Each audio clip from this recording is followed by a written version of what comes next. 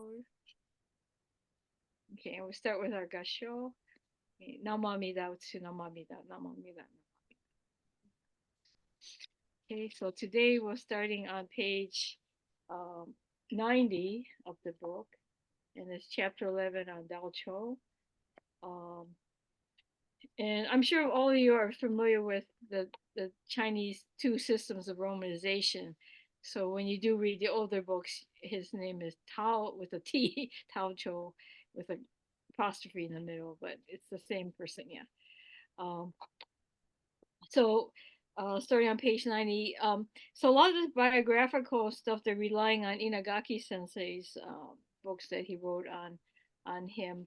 And I do have to, and you probably heard me say this before, I didn't have much appreciation for Dao Cho in the beginning, but when I was in my master's course seminary seminar class, uh, we had to do presentation on sections of the Gyo, the practice chapter in Kyogyo Shinsho, and I got the Dao Cho section, and so I knew hardly next to nothing about him, so I had to do all this research to do my presentation. But I really got to appreciate him doing having to do that research on him, and then I was very happy that Michael Conway, when he went to Japan, he ended up doing his thesis on Dao Cho, and at the various International Association of Shin Buddhist Studies conference, he's been presenting a lot of material about Dao Cho.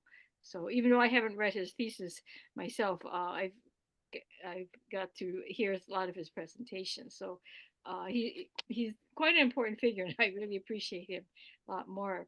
And so the same way he was born and he was ordained. Um, and he studied all this the Nirvana Sutra, the Project Pranamita Sutra, and then he visited the place inscription that praised Dan Lan, and the way Michael Conway found it in the literature that Dao Cho, when he's reading this inscription about Dan Lan, he felt like lightning struck him, and so that's too bad they didn't put that line in here because that's pretty significant when you read something and you feel like you've been hit by a bolt of lightning. So that's how deeply he was affected by reading about Tan Lan, that he felt this instant connection with Tan Lan.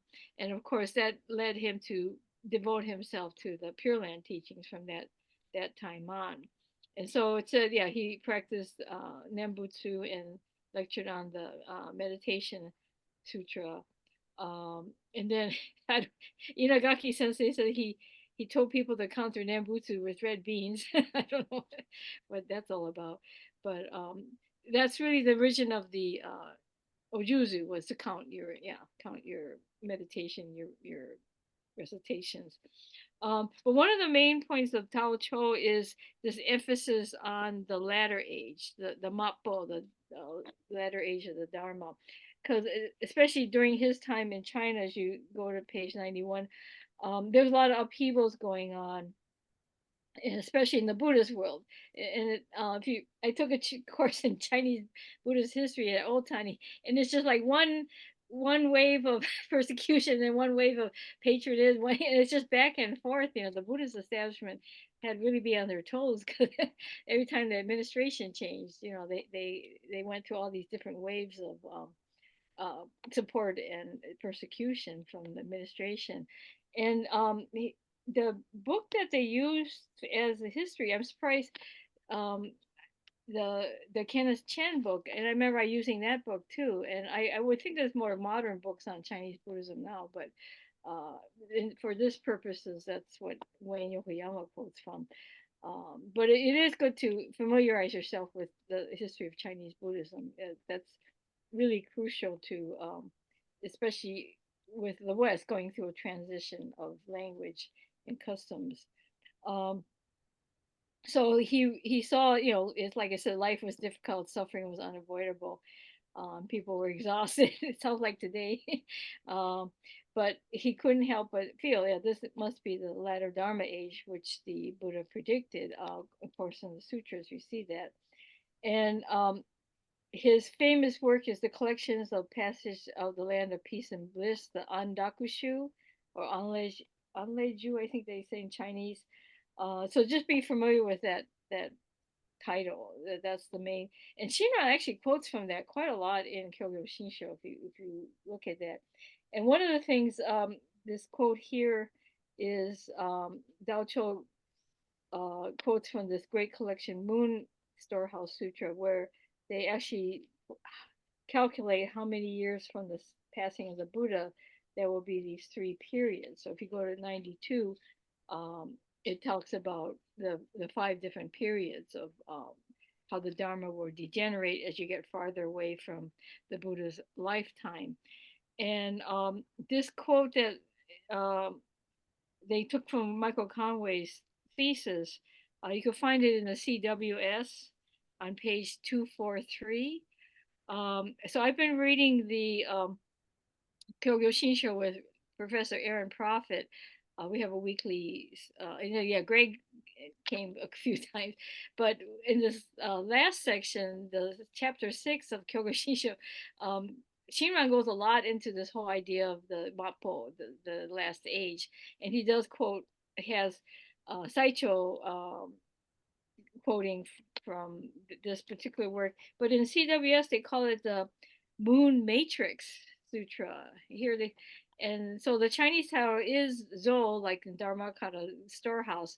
So I couldn't help but look up the word matrix, and I guess one of the old meanings of matrix was a womb. So that's probably where they got storehouse, meaning matrix. So I just thought that was, when I saw it in CWS, they kept calling it matrix. So I'm from more of a math background, so I think a matrix is this this grid. So um, so here, yeah, so Tao Cho is relying on these literature to talk that they do talk about how the Dharma is going to degenerate. And I think that's true of any religion. As you get farther from the founder in the original teachings, you're going to have an institutional problems. And I think that's probably true of any organization. The beginning of everybody's all inspired, and then as time goes on, things tend to get fossilized, and then the surface gets more emphasized rather than the content. So in the next section, the pure and trusting mind. Because it's the Mapo, the last Dharma age, there's a lack of pure practice. And so Dao Cho has to refer to the Pure Land teachings to find out, what are we supposed to do if we can't, in this Dharma, this degenerate age where the practice has deteriorated. And so on page 93, he believes seeking the Pure Land is really the way to go. And he called himself an ignorant person, and placed himself on the bottom of all sentient meat, which is, a very humble attitude of most the great teachers. They kind of identify, and usually those guys are the ones that really practice the hardest, really studied and practiced the hardest, but yet because they came up against this wall, they can call themselves feeling ignorant and incompetent because and they kind of identify with everyone else who's struggling. So he saw in the Pure Land teaching, especially from Tanlan, there's this hope from this the Buddha that will direct their virtues to us. Um, so this is where he calls the entrusting mind represents the self-awareness. So it is a serious inquiry into the human existence. Um, and this is really a real Higashi approach that by seeing our limitations, that's our at the same time our appreciation of the Dharma, appreciation of Amida, of other powers. So this it's very important to go through this realization. Um, so they're saying that, especially in Dao Cho's case, he started out very self-contented, and yet after it said confronting the limitations of his self-power practice, then he can appreciate the entrusting mind, the mind that entrusts the greater power that's there. And so it said, if one seeks the Buddha of Dharma without wisdom and faith, you actually remove themselves too. So this is that argument that one actually becomes more egoistic if they try to do purely practice. And he probably saw that in himself and sees it in others. So the idea of the entrusting mind means to let go of that self-powerness, that self-contentedness that I have the power to get there on my own. And it's very calculating, and it really goes against the Buddhist teaching of non-self. It just becomes much harder. The self attachment becomes much harder. And then he says, um, so he they say even here, Buddhism becomes a religion of superstition if we be too calculating. It's superstition in a way that we just see everything as benefiting ourselves. I think that's a good definition of superstition. All these people that talk about positive thinking, and what if you envision it, it'll come to you. You've seen those people. Yeah. Um, so yeah, so that is kind of a definition of superstitions, this ego-centered view. And so Dao Cho spells out what makes the interesting mind so pure. And so he says, according to the Meditation Sutra, um, there's the idea of the Zen Chishiki, meeting a good teacher and having good karma from past lives, Shukuzen. Um, and then the good karma will follow. The tricky thing, I'm sure you all read the Meditation Sutra, there's all those different levels. So some of the levels, they do talk about these things that for some people, they'll be lucky if on their deathbed a good teacher comes along. Um, so so here, to turn the page to 94, he's saying the entrusting mind, and here we're kind of really talking about Shinjin, um, which we think is our self power, but to be really a true Shinjin, it has to be sincere, single, and persistent. And in our own self power, that's really impossible. Any kind of thing that we do, we can never say it's truly sincere, single, and persistent. Even if you're a nerd about a certain hobby, you're still not going to fulfill these three um, things. But because of Amida's transformative power, they're saying this mind that is given to us has these pure characteristics. And so that's why he's that's the understanding that it has to be other part, it has to come from Amida Buddha, this something outside of our ego, to have this pureness in those three different ways. And then this is taking refuge in the original, about taking refuge in Hongan. Then these qualities of Shinjin can be presented to us. And then the other thing Dao Cho is known for in this chapter 3 is coming up with those phrases of the path of sages versus the path of Pure Land. And I think you're all pretty familiar with that because Shinran mentions that many times. And of course, Honen really goes with that concept too. So, and they're saying here, it even goes back to Nagarjuna, the easy path and the difficult path. So, but Tao Cho, they're saying classification reflects his awareness that we are in the Dharma age, the last Dharma age. So that becomes even more poignant to have these to talk about the Pure Land path and talk about the path of sages as being a little bit out of our reach now if we're in the last Dharma age. Um, so, so, um, so here, yeah, he said the path of sages is difficult to realize during this time. The principle is deep, but the understanding of beings is light. And then going to page 95, then they're talking about the Buddhist monks who systematized everything. China especially was known. Chinese Buddhism is just really into making lists and rankings and stuff like that. So um, and here the book is saying that you just end up with an intellectual understanding. And so it's really, to practice the path of sages, it would make it very difficult. And here most practitioners would inevitably drop out, which I hear a lot in monasteries, people that sign up for monastic life. Um, So Dalcho chose the Pure Land, the path of the Pure Land, and that's why he made this collection of passages to advocate for everyone becoming aware of the Pure Land teachings and quoting again about the time of the last Dharma age. And so he said the only single gate of the Pure Land path that is a passable, enterable path. Um, so it's not just like I said classification, it's really looking at our own abilities. So you could say in general pure sentient beings, but it's really your own self. Am I going to do this hard path, or am I really going to succeed in that, or gee, this other path is really wide open for someone like me. It really makes more sense for someone like me. And so they quote from the hymns of the teachers, the Koso Wasan, and that's on CWS page 376, verse 59. Um, so it's Shinran talking about Daocho. The way of the defiled world is bent on grinding out wickedness and sin. It's painful to watch. Yeah, that's true. How sad it makes every Buddha who strives to bring us to take refuge in the Pure Land.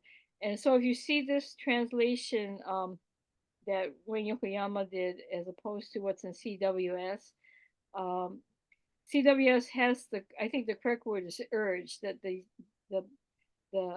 Buddhas, the various Buddhas, urging us to take refuge in the Pure Land. But uh, in this translation of Wayne's, as opposed to CWS, bring us to. And I think you're aware of the Japanese construction, the causative passive causative way, which in English we just really don't have. I don't know if French has it either, but um, a construction of verbs to say I is not I do this, but something makes me enables me to do this, and Ah, it's really hard to put in English. yes. So the best they can do bring us to. So these Buddhas that are urging us are making it possible for me to take refuge. I don't take refuge because I'm so smart and I figured it out, but I'm taking refuge because I'm being brought enabled to take the refuge in the Pure Land. So, um, so at least yeah, Wayne here attempted to bring that sense of the causative um, conjugation to us. And so here at the end of the section on Dao Cho, they said Shinran put him in the lineup, and they use the word bridge between Tanlan and Shandao. And I've heard that phrase before too, but to call someone a bridge is kind of demeaning. I say, do you call Beethoven a bridge between classical and romantic eras? Like he's just there to bridge those two. No, Dao Cho in his own um, writing and his own efforts. I mean, his own what he was enabled to do for us is a significant teacher. Not just because happened to come between Tamil and Shandao, but he is very significant in really um, clarifying the Pure Land teachings for us. So that's why I don't like the word bridged. So, um, and they did mention too, yeah, that he kind of brought together the Tangwan Vasubandhu strain and the Nagarjuna strain together too. So I guess you can call him a synthesizer or syncretizer. So we're very grateful to Dao Cho. So now we're going to move on to Shandao, who's extremely significant because especially Shinran quotes from him a lot, and he's very much someone I think for us really speaks to us because he does go deep into um, what I call existentialism, what is looking at our actual lives are. And so here again, they're talking about his biography. But what's significant of the seven teachers listed, the only two that actually met each other were Dao Cho and Shan Dao. Everybody else was just through writings. And when you look at the lifetimes, they're 50 years apart. So I can't imagine. now in my old age, I'm going to meet someone who's 20 years old and get inspired. But the fact that yeah, they're 50 years apart, how fortunate for Shandao to meet this old guy that really um, got him into this path. So it's quite an important encounter that Shandao was able to meet Dao Cho. So that makes Dao Cho more than just a bridge. He really did inspire the greatness of Shandao and the way he clarified the teachings. Um, so they said, so this interesting phrase at the end of 96, uh, Kokon Kaijo, and uh, it comes up. It's actually in the Shinshu dictionary. I looked it up. So like they said, it means to correct previous interpretations, to correct the previous interpretations.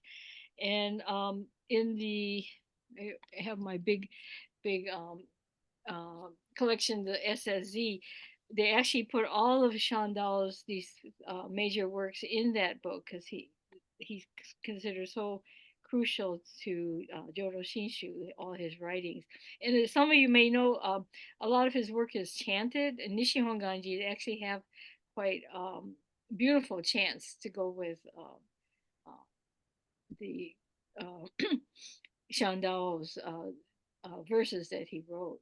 And that's because of the Chinese style that after Higashi and Nishi split, Nishi actually went to the Tendai school based in Ohara, and they were doing the latest chants from China.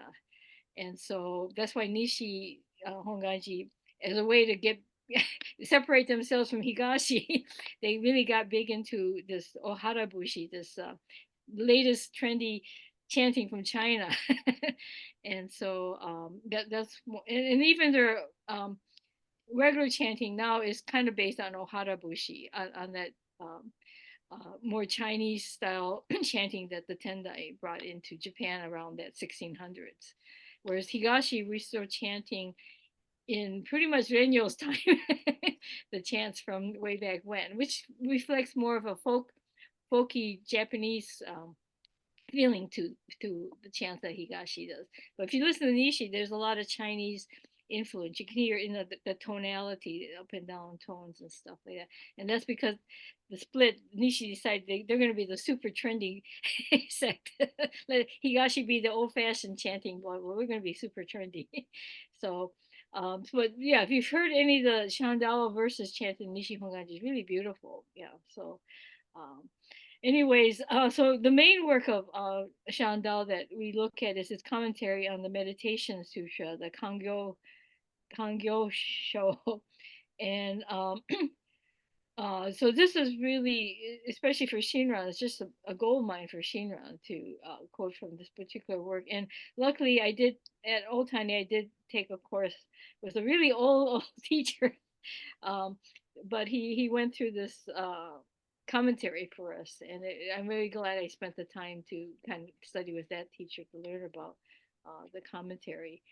Um, he was one of those old guys. He'd close his eyes and and really reflect on each little word of the that we're going over. But and people said he was a really old fashioned guy. He said he even said to me, "How come your Japanese is so bad? Like um, Ito and Yokoyama were pretty good." So I don't know. So that's how far back he goes. He was a teacher to Bishop Ito in his time. But so this is so what he did in Shandao, and then we'll talk about it here, is before he clarified it, the meditation sutra that we know of, people thought of it as a handbook for meditation, that it's really instruction to Queen Vaidehi how to get better and better at meditation by doing all these different visualizations. But and you've heard me say this before. I think of it, and I think this is what Shandao is saying. It's more like lowering the bar. That they start off giving her these exercises, and as she can't do any of them, you keep lowering the bar until you get down to Nembutsu. Okay, and then she realized that's what I can do. So, but the older commentators thought of her as someone who did master the meditations, and so Shandao in his clarifications wants to show that she is representing human beings. She's representing us Bombu in that way. And for Shandao, a guy who's a monk, to identify with this woman, this lay woman, who's crying and ranting and raging about her personal problems and blaming other people, which is very typical of most of us. For him to identify with her, I think is quite a leap. I really appreciate that he was able to um, see himself in her situation. And so they said, so Amida's vow is universal. Gugan means wide vow. This comes up in the three vow transition in Shinran's Kyogyo Shinsho. And sometime Reverend Saito, who was I studied under in LA, he called it the gateless gate because it's so wide it lets everybody in. It's so wide the vow lets everyone. So Gugan. Um, and here they say universal vow. And then they said the meditative and moral practice must be first pursued. And I think this is something all of you can relate to, that we don't just jump into Jodo Shinshu. I mean, a lot of people do. You probably know a lot of Japanese Americans. They just tell you they were born into it. And even some of the ministers who've been, especially from Japan, who've been 20th generation or whatever, um, they just said they're in, like in my classmates at Otani. They just it was just there from day one. But here they mentioned to practice these meditative and moral practices, and I think for us here, we've struggled with that. We've turned to Buddhism for the meditative benefits and for the morality too, hoping we can live up to the Buddhist principles of morality. Um, so that's why I say it is a necessary gate, and that's why Shinran called it the necessary gate. That he himself went through that process of trying to live up to the ideals, and for all of us here, that's what makes me appreciate Nembutsu, because we tried all that, we tried to meet those ideals, we tried to do those practices, and it just wasn't working. But there's something in the essence of the Nembutsu that frees us from that struggle, that trying to be perfect, that frees us from that. It's something larger than my little life is carrying me. So that's kind of I call it vehicle. We're like Kiyosaki says, we come down and ride this vehicle, this vehicle of life. So the next page 98. Um, so Bombu attaining the birth in the Pure Land. So again, we get back to the story of Queen Vaidehi. Um, and it's kind of interesting that they said the older commentators called her a saint that was playing the role of a fool. And actually, in the beginning of Kyogo Shinsho, um, Shinra actually uses a term for the characters in the Meditation Sutra as if they were in a play, that they're playing characters in a play, even Devadatta. So it's kind of interesting. Shinran had a little bit of that influence to see even the villains were playing a role for us on this stage to teach us.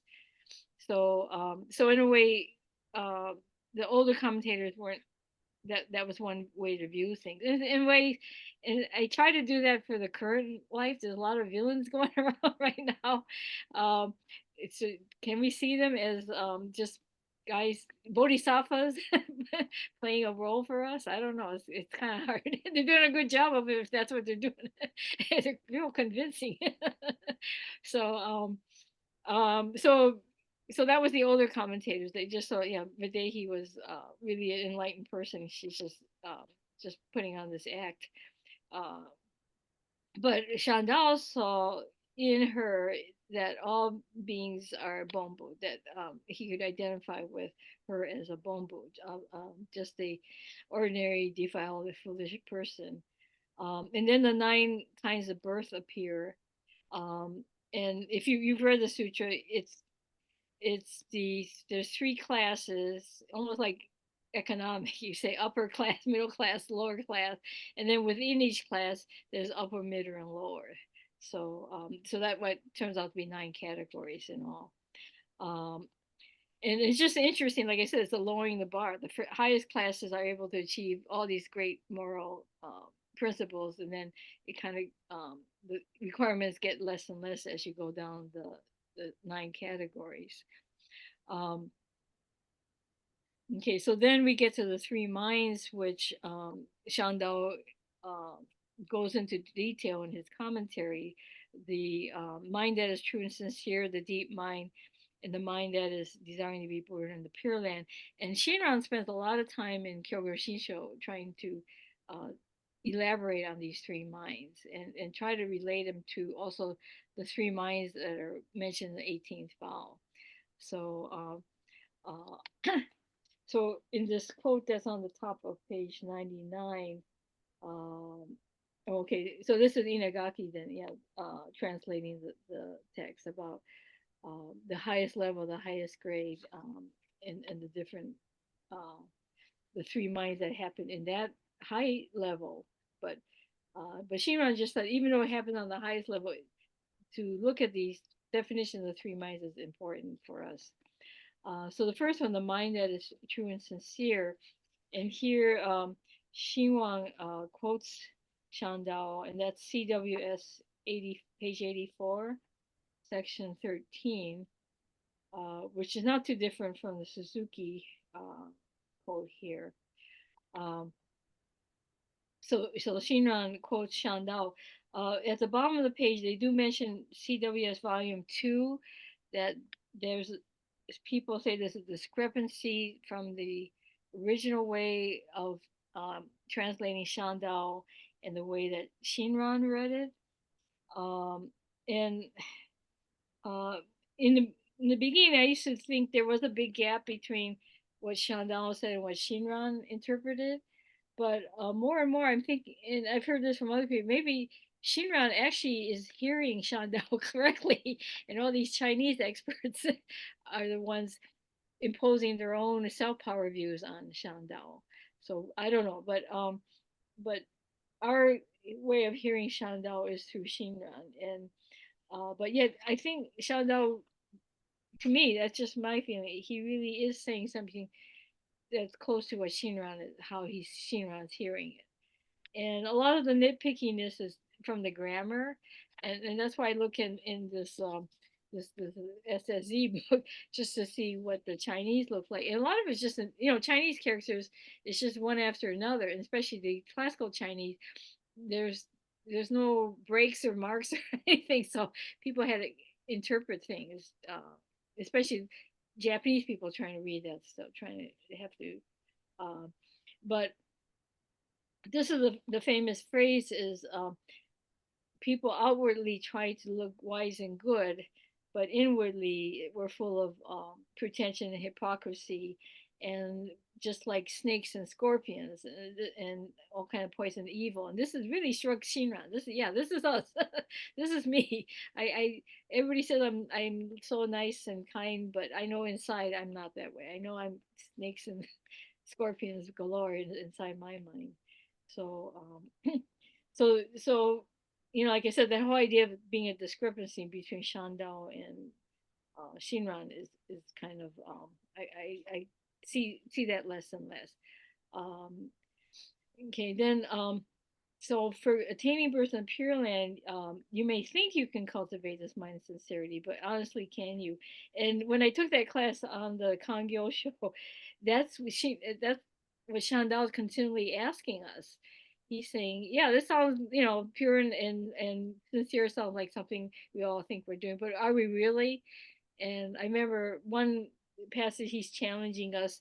It says, "You honor your father and mother," and he says, uh, "Who hasn't talked back to their father and mother, even in their minds? Maybe not in words, but can you really say you've always all your life been honoring your father and mother?" So Chandel is continually challenging us, but he's speaking from himself too. That all these pure, nice moral principles, can we really live up to them? Maybe outwardly we do, but inwardly, are we adulterers or whatever in our minds all the time? Um, so just like Tani Show talks about the burning house, and you all know where to find that in the Tani Show at the end. Um, and he's actually kind of riffing on Shandao in that quotation about we're all just kind of bopping up and down in the sea of samsara, or we're just like being in this burning house. So then we go to the next one, the deep mind, and this is where the important concept Nishu Jinshin comes in, the two aspects of deep mind, which I'm sure all of you have been exposed to that one already. Uh, Kino Jinshin and Hono Jinshin, and the key part is like our own Bonbuness, and the whole part, of course, is Dharma. And it's the classic way of talking about Higashi and Nishi is Hono Jinshin. They emphasize the greatness of Amida and the Dharma. I would say the bright side, whereas Higashi is talked about Kino Jinshin, our limitations, our failings, the dark side, I guess you could say. But actually, the two sides are simultaneous. This so so Shandao said it's two aspects of the same mind, that to appreciate the light of wisdom, we have to also at the same time, or the light of wisdom actually causes us to see the darkness in our own egoistic thinking, that darkness. Um, and so they quote from Suzuki here. So the first quote is CWS 85, section 13, um, where Shinran quotes from Shandao that if by knowing this, I'm sorry, the first quote is about knowing our own self, that we're just full of this sin, or just evilness and selfishness and stuff. So that first quote, is from CWS 85, and of course it continues for the second quote, which is also at the same time believing deeply in that these vows of Amida Buddha, that this other power, this greater power, is here to take in all beings, including my defiled self. It takes in all of us. Um, and we are sure to be born in the Pure Land. We are sure to be included in this great land of light, of um, what Taojoho, land of peace and happiness. So that's the two deep minds, to know deeply your own limitation, but also at the same time to know deeply this great light that encompasses us. And so that's the importance of the deep mind, because Chantal talks about in those two aspects. And then the third one is the mind desiring to be born and the merit turning over. Um, and the quotation is from CWS page 88. That so you can see Shinran is always quoting Shandao off and on. Oh, and then you probably know CWS sometimes doesn't say Shandao; they just say teacher of Komyoji, or so. It's just like what? Why did you just say Shandao?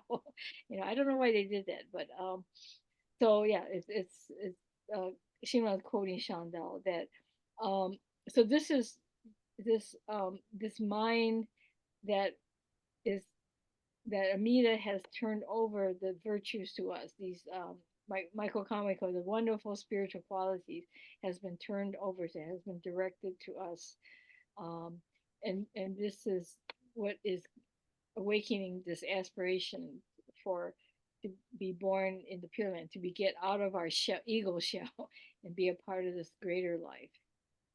So that's an important part of this mind that we receive.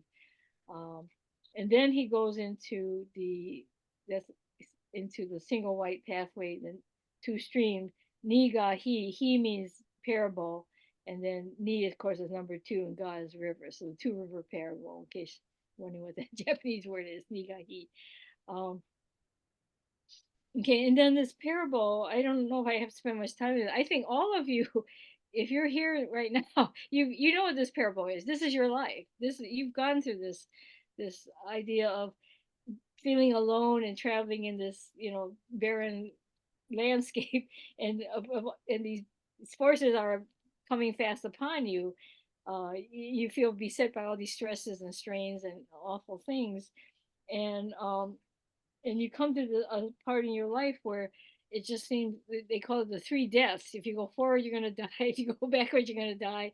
If you stay there, you're gonna die. That idea of being stuck, like what am I gonna do? You know, what's chasing me is gonna kill me. If I stay here, they're still gonna come catch up and kill me. And if I go forward, what's ahead? I just see this water and flames that are fatal as well. Um, and so, you go to page 102. So you've had that experience of being at that point in your life, and then comes the awakening to the white path, and the two voices. So the one behind you saying, "Go ahead," and the one in front of you saying, "Come, come." So one is saying go, and the other one is saying come. And what's amazing, Sean Dowell said he dreamt this. this this whole story came to him in a dream, and it goes to show how valuable our dreams are.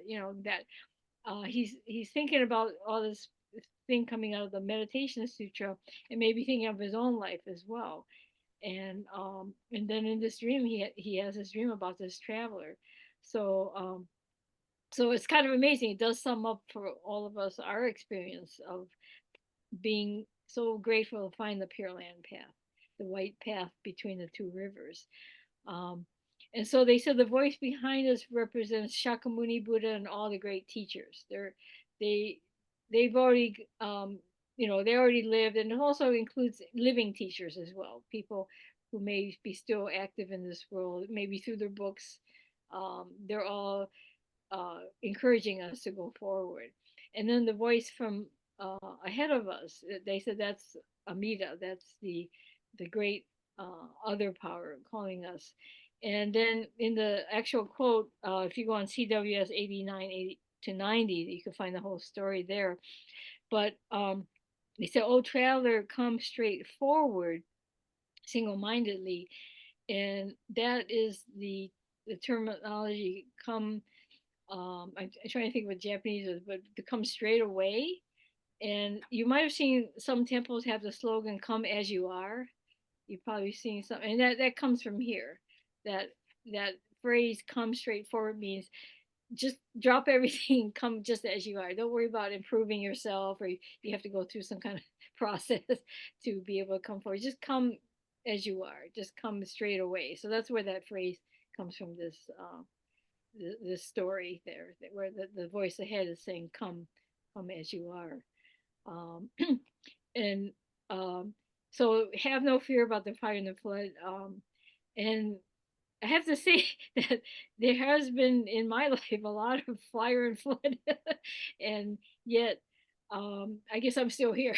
I guess I could say, as crazy as threatening as the greed and the anger, the greed and anger uh, have seemed at times. I'm still here. Still going, trying to go forward. And one of the things I remember Dr. Annette was saying is the white path arises out of our greed and anger. That there would be no white path if it wasn't for our awareness of our greed and anger. So it's a good thing we're greedy and angry, I guess they're saying, because that's what makes the white path appear. That it's kind of a paradoxical thing to say, but it's a way to make, and this is real Pure Land kind of talk, that because of our defilements, because we're just these nasty, um, destructive people, and yet there's something pure that appears for us to um, make us go forward. So so the story that Sean dreamed up, literally dreamed up, is really is a great story of our own spiritual journey, and why in Pure Land we go forward despite the nastiness in our lives, the nastiness that we generate ourselves. As well as the nastiness comes from other places as well. So um, so they call this the Hakken and the Shokan. Hakken is the pushing from behind, and then Shokan is the calling from in front of us, the inviting. I guess the kanji is to invite.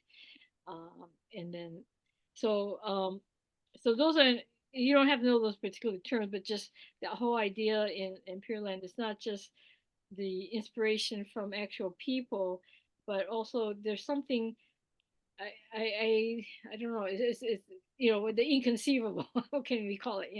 That's ahead of us that calls us forward as well. That it's not as concrete as the living people, but it's palpable. I guess you could say that voice that's coming, asking us to keep going forward.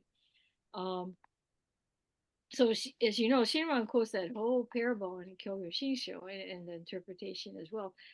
So for Shinran himself, he himself found him in the same situation of the two rivers and white path.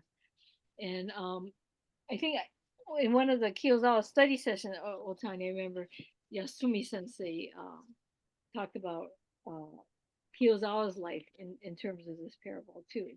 That he came to some point where it just it seemed like death, a spiritual death, was so hanging on top. The threat was so strong on him, but yet he went forward. And you're probably aware of some of the depictions of this. And one thing Dr. Natter points out, especially in some of the Chinese depictions, the bandits that are chasing you, some of them are in priest robes. They're kind of, come back. We won't kill. We won't do anything to you. He said that they put that in those pictures to warn us that bandits don't necessarily look like bandits. Sometimes they dress up as holy people. So it's kind of clever that the artist thought of that way. So, um, so finally, the last section here, the practices for birth in the Pure Land.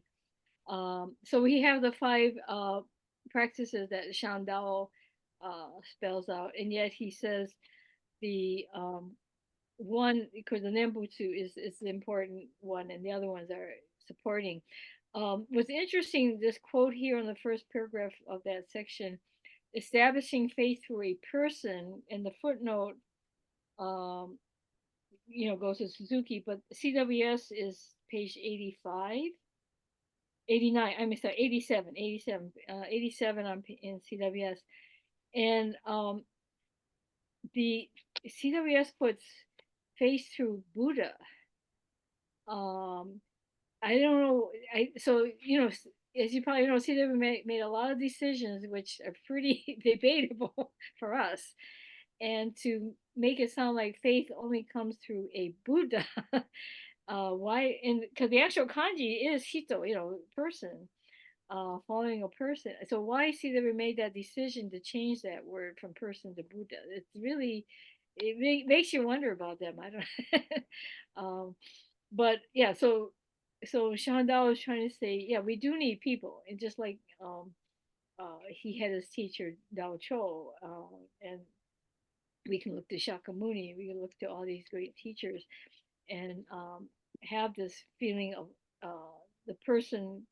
Um, this is through a person they put suite to kind of follow someone's example, I guess you could say, um, that or someone's encouragement is this. So the idea of a person is so important here, and of course, establishing faith through practice is kind of evidence that there's some behavior that on our part that helps to establish this entrustingness. Um, so he's saying guidance through appropriate teachers, and that's why the CWS translation is kind of weird because we know who appropriate teachers are. We all had appropriate teachers, but can we say we had a Buddha in our lives? That might, maybe not. But when they put Buddha with a capital B, it'll make it sound like someone has to come down from the heavens or from the mountains and teach you or something. So that was, I don't know. It just bothers me. CWS translated it that way. Um, and so Chandel says first you need a teacher, somebody, some person, actual person encouraging you. But then there's a practices, and so Chandel said accessory practice, like the bowing and praising and things like that. But the main thing is the recitation of the name. So by Chandel's time, the idea of Nembutsu pretty much mean vocal recitation is kind of established, um, which for me makes it real confusing because Nembutsu, as you know, just literally means to think on the Buddha. But by so we talking about maybe not so much Tanlan's time, but Dao Cho's time definitely, and then by get to Shandao's time, it's that phrase Nianfo or Nembutsu pretty much means recitation. People take it to mean recitation, um, and so, um, but it's kind of a way to, it is a way to contemplate the Buddha, to actually get yourself to say those syllables or hear those syllables, to have it vocalized, to have it in a concrete form, um, maybe even writing, just like we have on our onaijins, some representation of Nembutsu, whether it's the statue or the kanji. I think that the temple in Washington D.C. They actually have English up there. I go to the Buddha for refuge or something like that. I take refuge in Amida Buddha or something. They have the English up there. I thought that's kind of odd, but but just some concrete um, manifestation of contemplating the Buddha. Uh, so Chantal, yeah, looks to this. Uh, so here the of the white practices, he emphasized Nembutsu, and then we go to the next page. So that deep mind again, that quotations from CWS 87 to 88, the idea um, of all things he called the recitation the practice, and everything else is just auxiliary. Um, okay, so um, going to the next and last section here is the interpretation of Namamida Butsu. And so um, this teaching, of course, affecting the Meditation Sutra, um, the idea of the Nembutsu being the right practice, the thing for that Vaidehi can uh, be a part of. This is Nembutsu. And so what was weird is on page the top of page 105, they use the word ninth grader. Did you see that?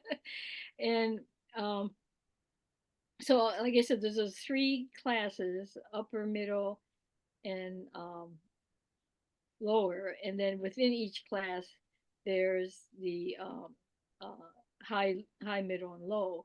And so what they're calling a ninth grader is the lowest of the low. So I just thought it was weird. Why would they say ninth grader? Why did they just say the lowest of the lowest of the lowest class of the lowest section? I don't. Um, so that seemed kind of weird. They called it ninth grader. But if you read the Meditation Sutra, it describes a person who's pretty much incompetent, can't succeed in anything, and so Nembutsu is the only thing open. And for Queen Vaidehi's sake, um, she realized that that's the only thing um, that will uh, help her, because everything else she's failed at, or she can't do in a perfect way. Um, and so they said they're saying about the other commentators are saying that the difficulty of not corresponding times, um, that so I was trying to figure out what this is supposed to mean, that they pointed out the different time between reciting the name and actual attainment of birth. um, but then Shandao in the next section says that, well, I know, yeah, so the previous people thought the Nembutsu was your self power act, and then the actual attainment of birth and Pure Land will come later. But Shandao is saying because the practice is what we receive, the actual practice, the real hard practice is what Amida has already done. That the vows are the way of saying that it's everything has been fulfilled for us already, and us saying the name is just a recognition that all has been fulfilled for us. Um, so they again, Shinran quotes refers to the commentary on the Meditation Sutra. Um, so this is, yeah, CWS 37, page 37, section 30. Um, that the um, this idea of taking refuge and the vow has already been turned over to, I said, to all to all beings. Um, that so this rebirth in the Pure Land is already settled. So as you kind of know that there's this kind of in our own minds, maybe in my mind, the idea of um, having the settlement and then actual rebirth in the Pure Land, whatever that means. That's yesterday I listened to the talk by Reverend Henry Adams, and that kind of came up in the Q&A. He talked about the fourth chapter of the Kyoshi realization, and they say, and he came out and said, birth in Pure Land happens after death, and that depends how you define birth in the Pure Land. I think he said what happens in our lifetime is we just become settled. We've earned that guarantee of birth in the Pure Land. Um, so um, to me the idea of when does it happen, when is it before birth, before death, or after death, is kind of a moot point in a way. um, it's the idea of being settled that is important for us. That does the nembutsu mean something to you? Does the nembutsu, like I said, it's palpable feeling. You can't, it's inconceivable in a way, so it's not concrete, but this is palpableness of knowing that you are grasped and not to be abandoned. That very palpable feeling that comes through in the Nembutsu. And it comes through when you read the vows. It comes through when you read that aspiration, um, and um, and so yeah. So they're just saying that the Shandao tries to shift that perspective that the previous commentators had, that was very self power oriented, to a more other power perspective, that we're receiving all this, we're receiving the settlement even in our lives. That's all happening by the directing of virtue from Amida, from this greater power. Um, so Shandao is just saying that the name and the vowel go together, Gangyo Gusoku. Um, whereas other people just saw Yuigan Mugyo, which I don't know. To me, it's kind of splitting hairs, but it's true that is as we learn about Jodo Shinshu, it's not just Nembutsu, say the Nembutsu, and be born in the Pure Land. That the idea of the aspiration, the hongan, the aspiration is so important. Not to know that I'm settled, but to know that I'm to open my heart, mind to all beings. That this vow really means a vow coming from, it's like Soga would say, a vow coming from the Dharmakara that's within me, that is coming from something deep, deep, deep within my human life, within my life itself, to include all beings. It's not just me being saved because I said Namamida Butsu, but the vow, or the idea of this vow or aspiration, is to make me become more aware of my connection to all beings. That um, my liberation doesn't happen without the liberation of all beings. So, um, so I don't know about, yeah, Yuigan Mugyo, whatever he's talking about, but definitely as you study Jodo Shinshu and as you talk about it to other people, the aspiration part is so important. It's not just saying Namo Amida Butsu. It's about knowing where that comes from. It comes from this deep aspiration, and that's what should be coming through in the Nembutsu um, for us, and hopefully to encourage other people to become aware of that. I don't. That's my sermon for today, I guess. So, okay, I'm going to turn off the recording so we can get to our discussion. Where's that button? Um, Oh, it's up here. Okay.